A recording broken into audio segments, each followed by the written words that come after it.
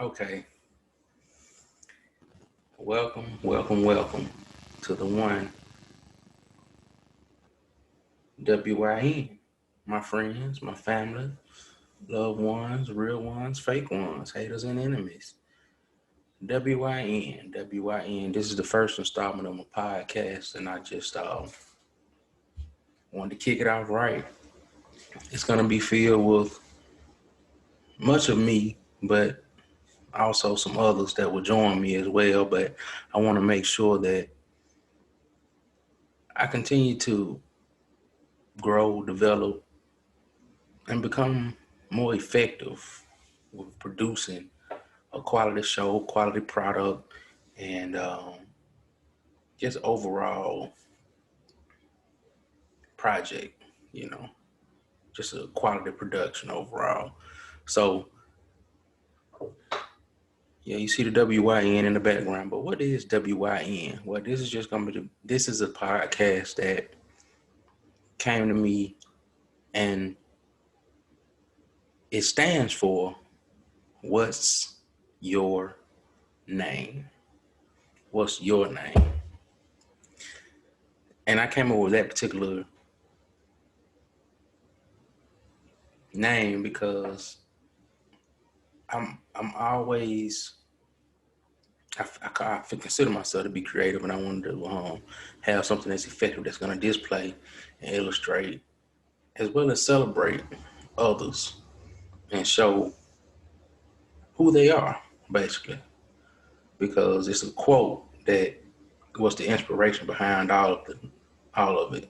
My dad, he is the one that's credited with using the quote because that's the first person I heard use it. You know, somebody else may find it or have found it somewhere else. Or he may have heard it somewhere else, but he says, well, he said this at one point. He said, in your life, you're given three names. You know, some may have even more, but more than likely, you have three common names. That's the name you're given when you were born, the name you are called, and the name that you create for yourself. So, what's your name? My name is Justin. You know, I was given that at birth from my parents, Ralph Ward and Shirley Ward.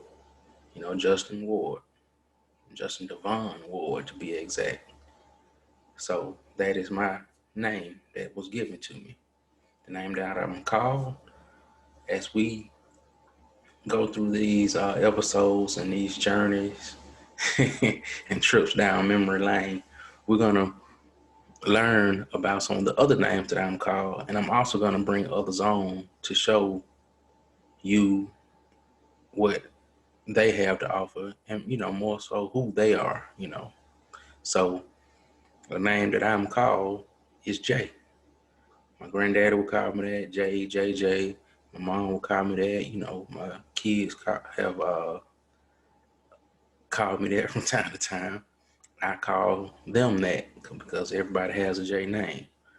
Now, J, JJ, JD, JDub, JW, W, uh, Shouter 50, that was the name that would get me for football. Fire Ant, we could talk about how that name came along. Um, what are some other names that I'm trying to just draw from memory that I've been called throughout my life? You know, uh, we know that some people call names to crack jokes, roast you, or whatever. But I can't think any of those off the top of my head. But some of the people that I may have on, they could, of course, recall those like that in the instance. But that's the whole inspiration behind this. WYN. What's your name? But we aim to educate. We also aim to entertain, but we also want to inform and inspire. Yeah, let me write that down. I like that. Educate, entertain, inform, and inspire. Love that. Love that. All right. But I'm going to talk a little bit about, current events, past events, historic events, my life, your life, business, entrepreneurship, financial literacy, school, education. So we'll take a number of routes and paths that we will travel upon on this great journey. But I do want to make sure that I'm being intentional and being effective in delivering a quality product. Now, today I'm going to talk a little bit more about me, and I think I want to just kind of give you some background on who I am and where I'm from.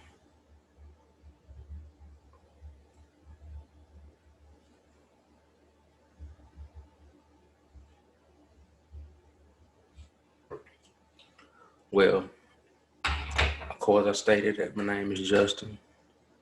I've been called a number of things, JJ Dub.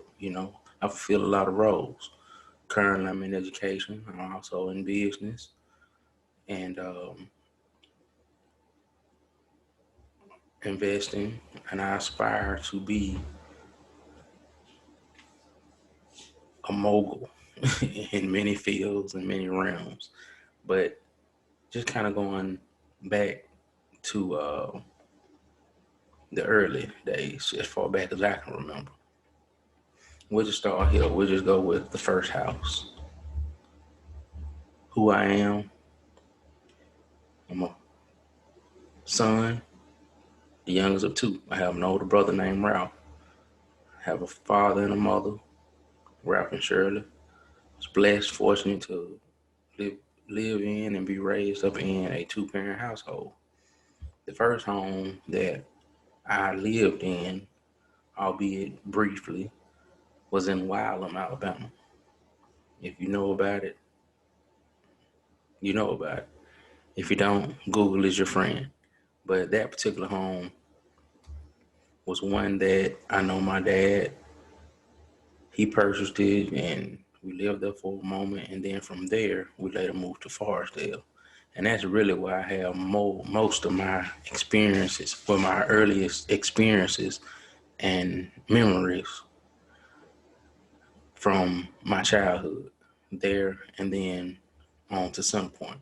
But I don't want to skip ahead too far. I want to make sure I give quality time because we're gonna do this a lot, so we should have enough time to talk about everything that we should discuss in each episode.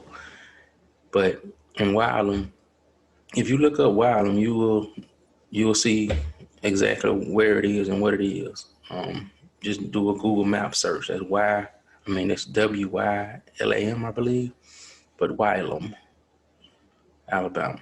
It's not very far from Forestdale, Holiday Hills. It's not very far from that area, but it's say northwest Birmingham area. So once again, Justin from Birmingham, Alabama. First home that I remember, well, that I have very little memory of, I say, was Wylam, Alabama.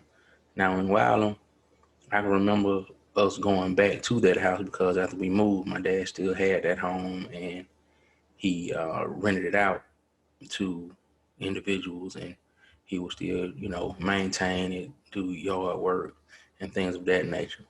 But later, he ended up just selling it all together, and we had the home in Forestdale. But I do remember that house was, it wasn't a very big house, but it was a house, it was a home. And from there, we moved into a bigger house that had 2 levels, 2-car garage. And that particular home, excuse me, was the home that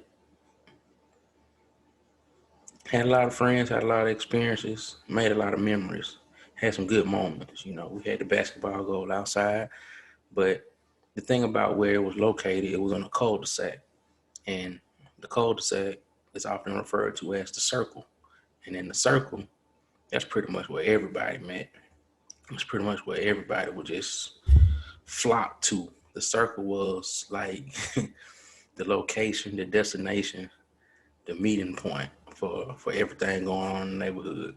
But it was just so unique because in the circle, you could be secluded but safe. You know, uh, the houses that surrounded it, some of them kind of set up on a hill, so parents would kind of look out and watch. But you often had a number of things going on, and the only people that came down there were the people that were supposed to be down there. So it was a good place for kids to just kind of play in the streets and just do whatever they need to do. Now, that particular home in Brandy Circle is what the circle is really the road or street, the cul-de-sac name is. But in Brandy Circle, we had so much fun. I mean, it was just like fun on top of fun. I just can remember just how much it's I can't remember everything that went on in the circle, but the circle was one of those places where you wanted to be, you had to be, and you needed to be. Because like I said, it was secluded, but it was safe. Now, at the house where I live, I just would like to say I feel like it just had the biggest backyard ever. I mean, the largest backyard you could ever imagine. Especially as a kid, things are you kind of have an exaggerated or inflated memory of things. But I know even today, the yard is very big. But the person that lives there now, they have utilized the space in a very different manner than what we utilize. And I just say that and keep it moving. But in the circle, the way it was connected, it was almost like everybody had a route or path to get to the circle. If you came through um, the Owens backyard, you had to cross a little ditch and come up through their backyard from the previous street over, and you can get into the circle. Mr. Archie and Mr. Ware, Fillmore, Weasel, what we call them, their homes had gates around, so you couldn't just walk through their backyard. But ours was like in that corner section of that cul-de-sac to where it was like 1, 2, 3, 4, 5. It was maybe like 6 houses. Well, no, wait a minute.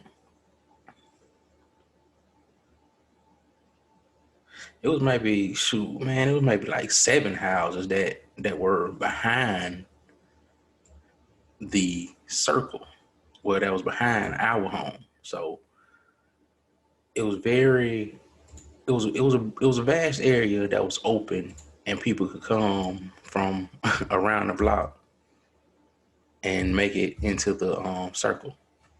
So I give you an example. Instead of you walking 100, well, instead of you walking 1,000 yards by taking the street to come around Brandy Place off of Miami Place or whatever, you could just cut through a backyard and walk 100 yards. So people would come through and just flock to the circle. We played basketball in my driveway. Sometimes we shot ball in Patrick's driveway. And it was just one of those places where it was fun to just kind of socialize and hang with your friends. So I just Googled it on Google Maps. Let me see. 1, 2, 3, 4, 5, 6, 7, 8. 8 houses. Like 8 houses. 9, 10, well, yeah. It's like 10 houses that surrounded the back part of that backyard. And you come through Miss Bird's home's yard and come through and get to my backyard. You can cut through Mr. John's yard to get to my backyard. Mr. Bill Kirkpatrick, well, Andre, his family ended up moving after Bill Kirkpatrick left. Mr. Kirkpatrick left. You can cut through his yard to get to my yard. You can cut through Aunt Anthony Cephas's yard to get to my yard. And there was a couple other homes that I don't even remember who lived there, but I don't recall them just having smaller kids. They may have had older kids, or they may have had very young, much younger kids. But just think about that. You had 10 houses that surrounded our backyard, and you can get to my backyard, and that backyard was like the rendezvous point. I mean, I can remember we playing like, football, baseball, war games. I mean, pretend whatever you want to do, we could do it in that backyard. We had a peach tree back there, and that peach tree had some of the best peaches you ever wanted to eat. And I mean, another thing about the backyard where it was like a ditch between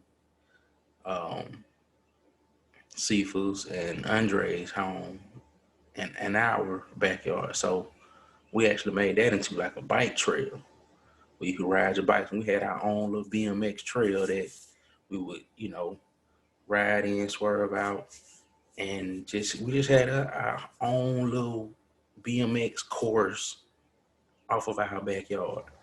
I mean, even down the side of the birds' homes, you could just kind of ride and do whatever you need to do in that backyard.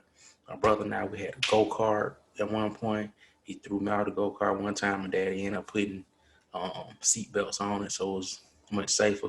It's not like the go-karts you see of today with the roll bars and the seat belts already installed. We kind of had to innovate safety because of the way it was just plainly created. But we had like a track. So we had the BMX track, we had the go-kart track, dirt bike track, whatever you want to call it. We could do whatever we needed in that area.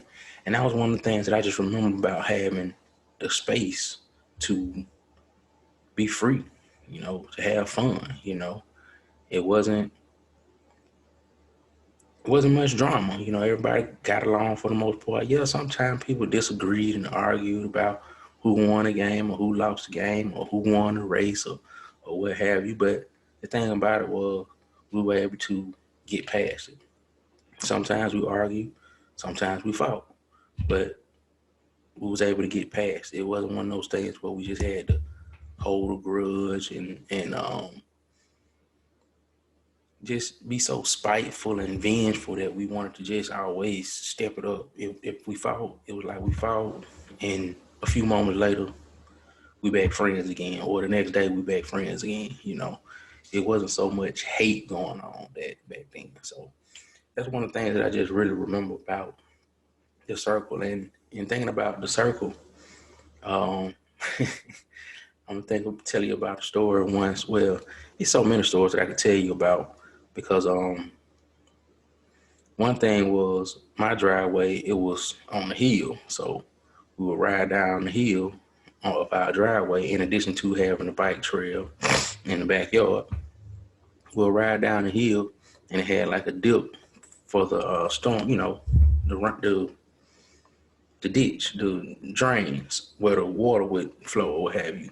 But it dipped up, so it was almost like a ramp. So you can gain your momentum, go down, and you can do a little hop. We would do all types of BMX tricks and everything just to pass the time and kind of explore our skills and explore our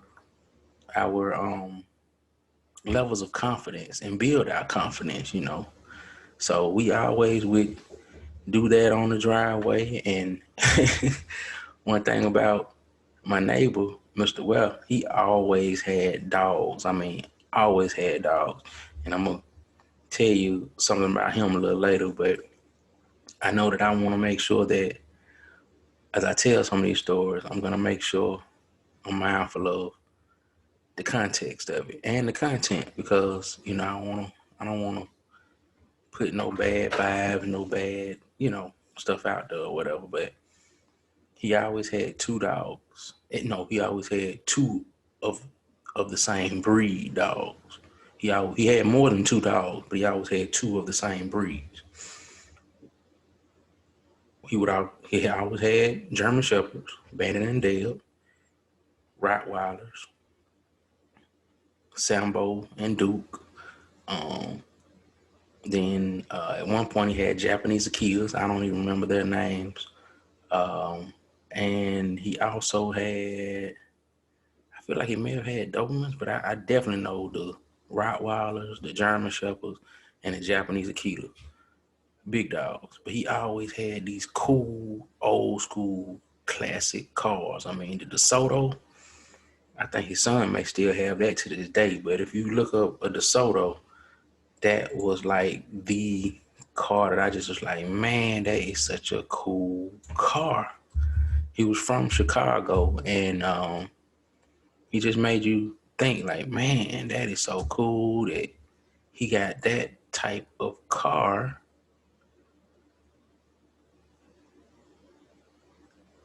right next door, you know?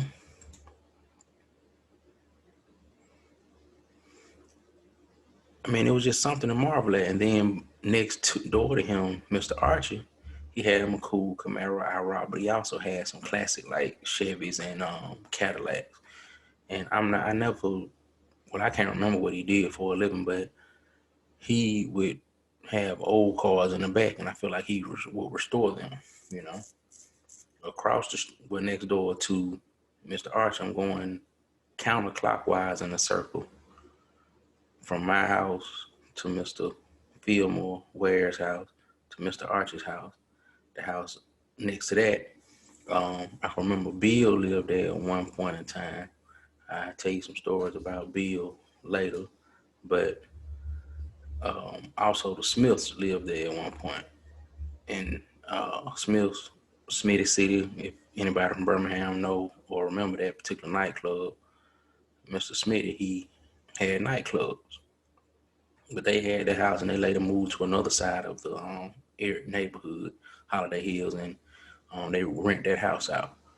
But that house was theirs, and then next to that house was the Owens. Mr. Harold Owen, he was a guy that was a contractor, had his own business where he would build things. I mean, he could build anything, mailboxes, houses, whatever. He did construction. And when I say he did construction, he did construction.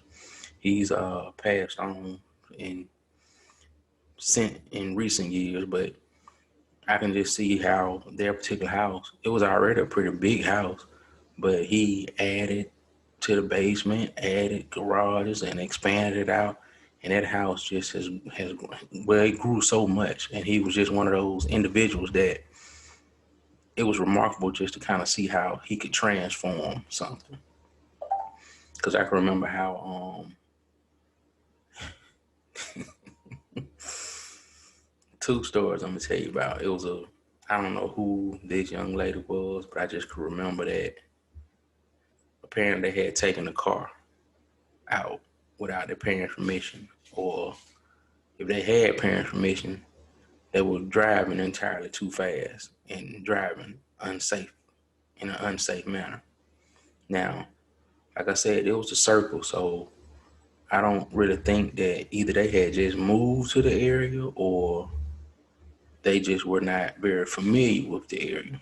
But if you came to the circle, when you came over the hill, you got a incline where you have you coming over the hill and it slopes down. So normally the people that live there and resided there, they would normally slow down because you're going into a circle and it would curve around. So if it curves around, you don't want to come down at a very fast pace, because it's a pretty sharp turn.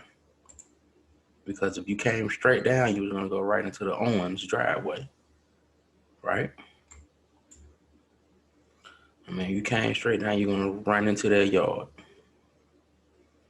But these particular kids, they came off of Brandon Place, came up the hill on Brandon Circle, went down, and when they got down, I don't know if they were just going too fast or if the brakes malfunctioned. But anyway, they ended up running into Mr. Archer's yard. And Mr. Archie had two large lamps, brick lamps. I think he had two large brick fixtures. One had the mailbox in it, but it was on each side of the driveway. So, one was a light and the other was a light with the mailbox in it. And I can remember them when they came down and they ran into it. And I just remember seeing the car just on the brick, just up there. And I mean, they were frightened. They were like so very frightened and just scared, because it's one of those things where it could have went so many different ways. One of us could have been out there playing in the circle. They could have ran us over, killed us, hurt us very badly. But luckily, nobody was in the street at the time when they came flying down. But I can remember Holly and Amber, they were sitting on the porch and they saw everything come down, boom, run to it. But I can remember the father, he came down and he was mad that the car was wrecked. And it was one of those things where I remember this vividly. I was out there on my bicycle and I'm just sitting at the edge of the driveway, and the dad goes over to the daughter, grabs her by the neck and start wringing her neck. I mean, literally choking her. And that was one of those things where I was just like, oh my gosh. I am like, wow, So it's one of those things where it's like, yeah, that really just happened. That really, really, really took place.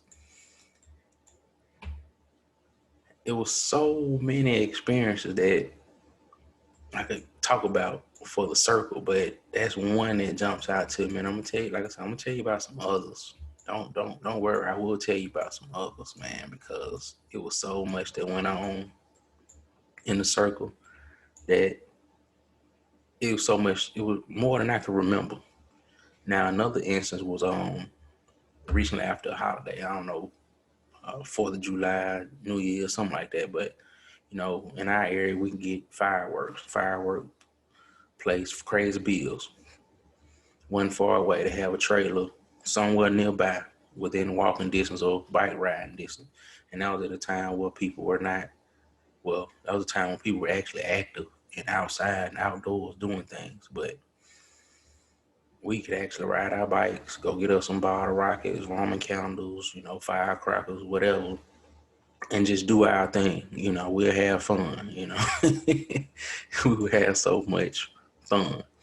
I mean, some of the stuff was done that, looking back, I'm like, oh, we shouldn't have been doing that. But it's some of the things that took place. Because, like, for example, the house that was across the circle from me, next door to Mr. Archie, but right across the circle.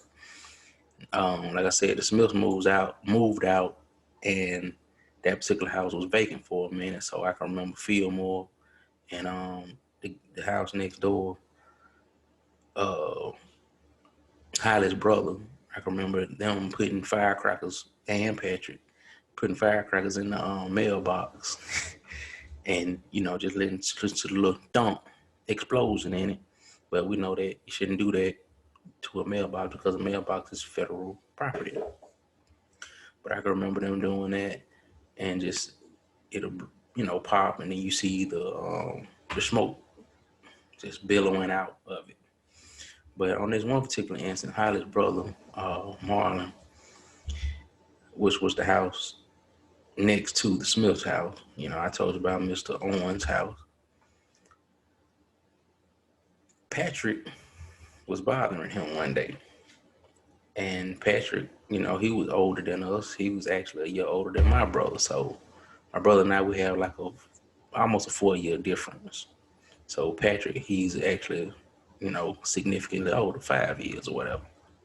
So he was throwing firecrackers at Marlon, and shooting bottle rockets at Marlon, and and so Marlon, he got tired of it. He goes in the house, he gets a Roman candle,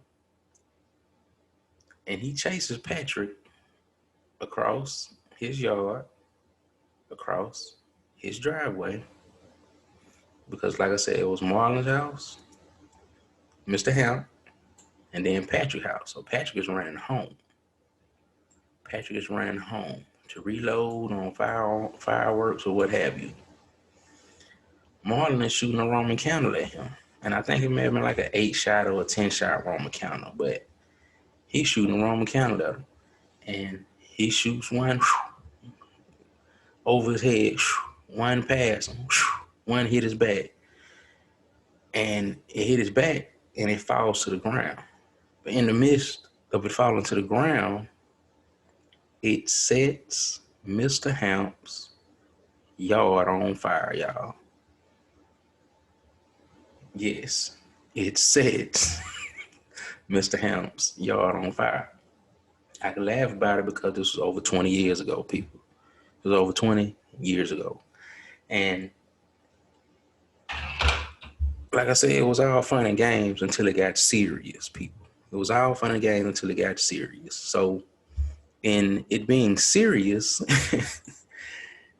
it hits him in the back. It didn't burn his shirt, but it fell to the ground and set Mr. Hamp's yard on fire. So from there, everybody had to think fast, you know. I think Holly may have scrambled in the house to go get a pitcher of water or something. Marlon, he runs over there to the yard to get the water hose, the garden hose, to try and start putting out the fire. But no, Patrick runs to get the water hose to put out the fire.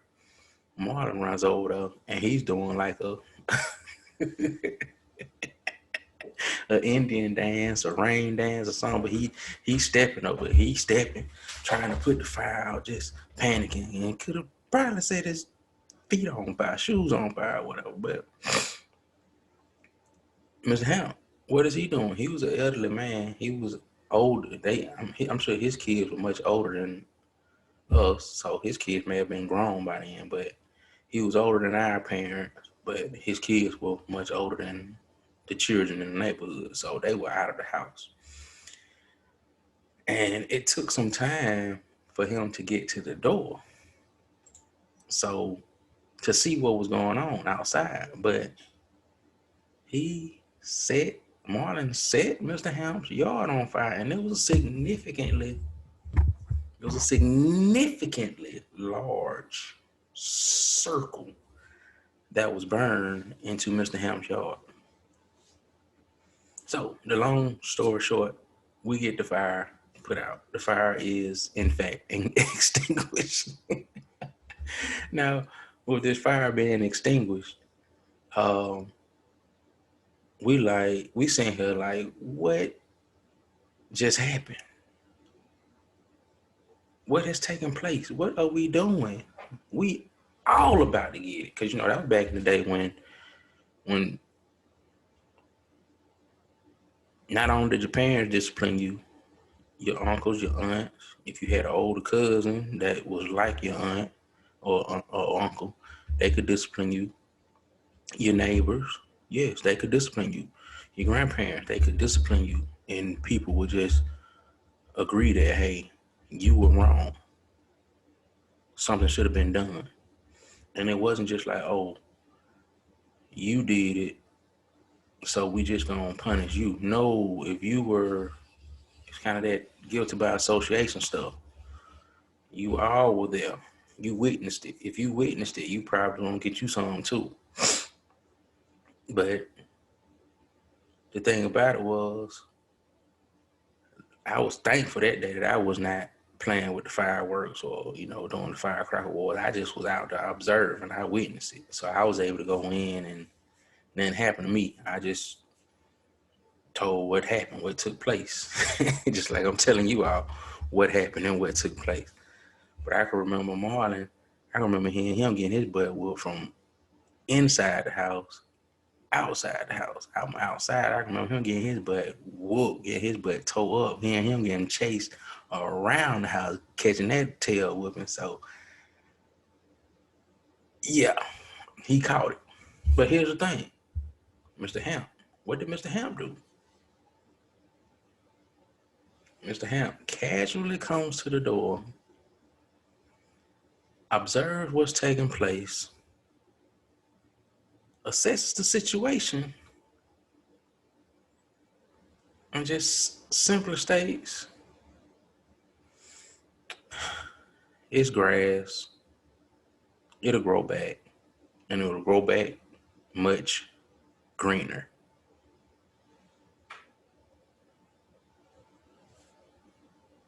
Not making this up.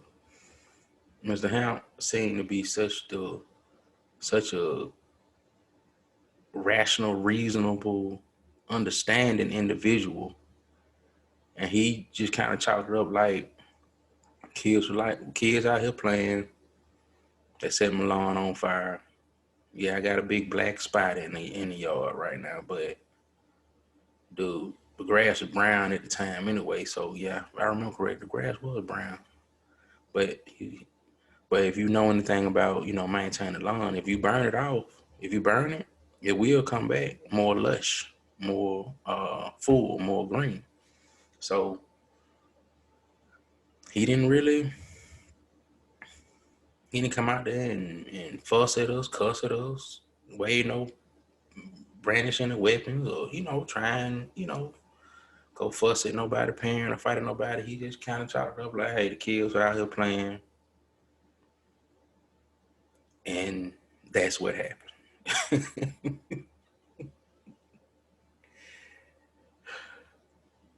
Man, the circle, it was one of those places where you just had, you know, story after story, experience after experience. Um, so those were two stories from a childhood that I vividly remember. The girls running into the lamp mailbox deal at the edge of Mr. Archer's yard. And when that happened, the crash was loud, and my dad was on the back on the ladder, and it was like my mom thought he hadn't fallen off the ladder, but he hadn't. The girls had wrecked into the what you call it, So there's a lot of little stories I could talk about, like when Marlon he decides to play with fire and he set some leaves on fire, but then he poured gasoline on it and he couldn't put the fire out. So he had a lot of little pyro moments in his time. I remember another time when he ran his RC car into the storm drain, but the drain had been compromised because the cement had been beat up that was holding it up, and he reached down in and as they were pulling it out, the cement fell on it, and he lost part of his finger. And the kids would call him 9.5 because of he didn't lose half of his finger, he lost the top, so it was probably like 9 2/3, but they just would call him 9.5. But anyway, that's like I said, I can laugh about this because it was over 20 years ago, but just a little bit about who I am, and that was some of the experiences of Justin, the kid. Now I could fast forward on to elementary school and middle school, but I think I'm gonna just kind of begin to wrap it up and probably just stop right there with talking about the circle. Now, the circle, that's part of who I am. That's part of where I came from. So, well, what's your name? Those are some of the experiences of Justin, that kid in the beginning. Now, before I go, I'll give you a story about me as we were getting ready to move because we stayed there from when I was in kindergarten through fourth grade, played football at Park, West Park, and we would go undefeated like every year in football. Played baseball. We would have a good season, but it was very competitive. Um, Now, I always played outfield. I always wanted to play infield in baseball. In football, I played a little bit of everything, whether it was line, in, linebacker, defensive line, little running back, little defensive back, little receiver, all of that stuff. But as we were getting ready to move from that particular house in Forestdale to the house in Center Point, we mom was in the house kind of finishing up, packing up stuff. but my bike was still over there. So I'm out here still riding down the hill, rapid speed. Oh, I give you two stories about riding down the hill, rapid speed on the bicycle. I'm riding down the hill, rapid speed on my red 10 speed. This when we getting ready to move. The other experience happened when I I had the bike before that, my last BMX bike or what have you. Now, this particular time, I'm riding down the hill. I hop the end of the driveway, catch air, come down. You know how you want to do the little slide, the little skid stop, Yeah, that stop. I've done it like 3 times. Boom, boom. But I want to do it just right. The next time I go down the hill, catch air, come down, boom, bike slides from up under me. And when the bike slides from up under me, I come back, I fall, hit my head, y'all. I had a good little lump on the back of my dome. And I had to run the house, had to put ice on my hand. My mom worried about me having a concussion, so on and so forth. But that was quite the experience. Now, that was, it was an experience. It was pretty bad, but I feel like, I was, while that wasn't as gruesome, it hurt more. But the other one appeared more gruesome, but it hurt less, if I'm kind of explaining it right. So on this particular one, I'm riding my bike, back then when we rode stuff, when we used it. And my bike wheel was a little loose on the front, just from just routine with riding. And me, I'm not paying attention to the fact that, hey, you got to tighten up stuff as you use it and maintain it, because we were hard on them, we were jumping stuff, hopping stuff. So we would use our bikes back then. So, we'll lean the handlebars forward, make it like it's some ape hangers, and we do all kind of stuff too. But in this particular case, my front wheel was loose. All right. So some people out in the driveway, and I'm out here like, hey, y'all, look at me, I'm doing tricks. So in the midst of me doing my little tricks, coming down the hill, catching the dip,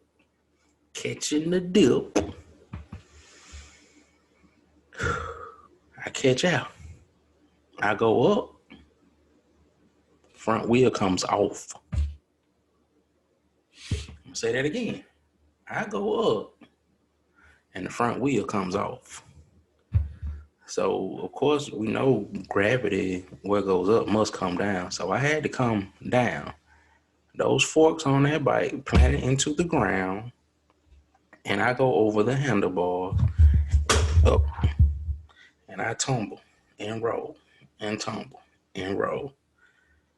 The wheel comes off, rolls across the circle and down in the driveway of the house across from us. I tumble, roll. But it was just like a tumble, head over, tuck and roll. I get up, I'm not crying. I'm like, I'm okay. So I'm just jogging, trying to go get my wheel that is rolled across the circle and down the hill, the driveway that is a hill. Daddy zips down the driveway, runs and scoops me up. You okay? And I guess by then the shock set in. Like I'm probably about 7, 8 years old. I got up. I'm like, I'm okay. But then as soon as he scooped me up, I started boohoo crying. My cousin, he go get the I think my cousin Shelton was there, but he go get the wheel. They put the wheel on the bike. They make sure it's tight. But it was just like, are you sure you okay? But I was unharmed. Well, I was uninjured, to say the least. It just, that was that. So that's a little bit about Justin. And I could talk about, football, when I give you this last story, then I'm gonna go ahead and shut my mouth and sign out. In football, like I said, I played number of positions. This particular instance, we was running a little late for practice, so I just had to run out there, get in the circle, and start the calisthenics, the exercise routine. Like I said, we running late, so I just get out the car, run on over there in the line. I think we did like jumping jacks, and then, or they were doing jumping jacks, and I run out, get in the circle, and boom, we get ready to do sit-ups. I mess around and lay in a ant bed. Yeah, I'm gonna close out on this because this is how I got one of my other names. Because I told you, what's your name? I lay in an ant bed. I wasn't necessarily the biggest person on the football team, but I had a fiery spirit. I brought that fire, or brought that fire, as we like to say. Competitive. So I lay in the ant bed and I jumps up, take all the equipment off, helmet, shoulder pad, everything. Laid in a fire ant bed. I had bumps down my neck, down the side of my head, my neck, my back, my shoulder, my arm, my legs. And I can just remember just being just like freaked out that I gotta go back to school with all these bumps, all these itchy, stingy, burning bumps on my body. But as a little kid, some kids wear their little injury like a badge on. It was like just like, look, you know what I mean? But that particular day, that was not fun at all because it was like they were just everywhere in my hair, on my head, down my neck, side of my face, front of my face, and cheek, and chest, and back. Oh my gosh, that's just something I don't ever want to have to deal with again, down my leg, my backs, all of that, man. That was terrible. But from that day, I earned the name Fire Ant from my coach, Harold Parker.